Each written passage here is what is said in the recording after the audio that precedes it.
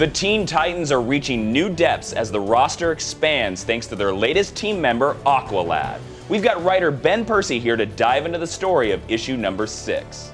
Issue 6, in many ways, is our true issue 1. And it begins with a jailbreak. The Del Sur Penitentiary on a stormy night is broken into. The wall of the prison has been rent open, and the stormy sea below froths and seems to hint at something sinister and aquatic, something that is going on beneath the waves. The Teen Titans are, in a status quo sort of situation. We're learning how they interact on a daily basis, how Damian is, sort of taking on his leadership role, and, how some of the soapier elements are starting to rise up between the characters, such as the burgeoning relationship between Kid Flash and Raven. But they're wondering about the shark attacks that are happening throughout the Bay Area. And accompanying this mystery is the arrival of Jackson Hyde.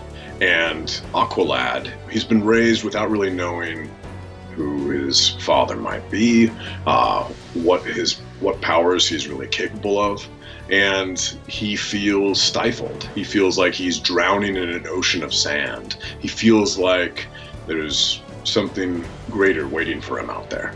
And so he heads to San Francisco to meet up with the Teen Titans in the hopes of discovering what he might be capable of and potentially joining the team. Can you tell us a little bit about the threat the team is going to face? This story arc has many threads to it.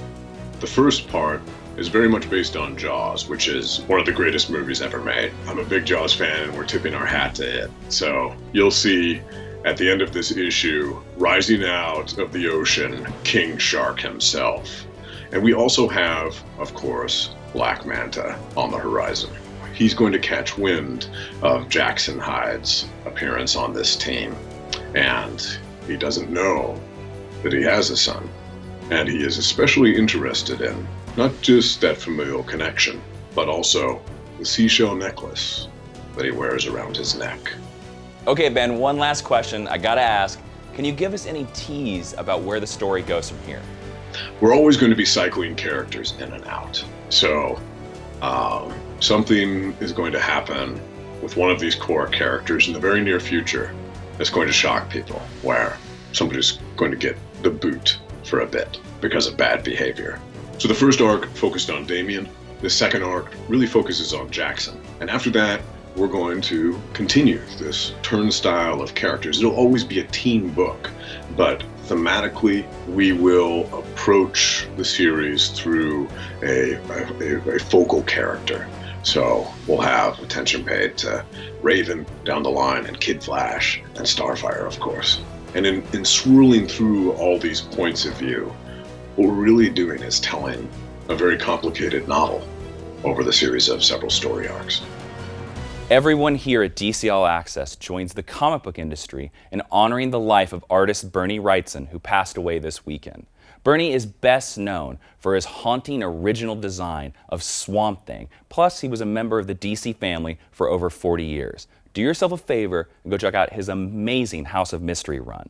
Bernie defined the genre of horror comics, and his legacy will be felt for years through his amazing art.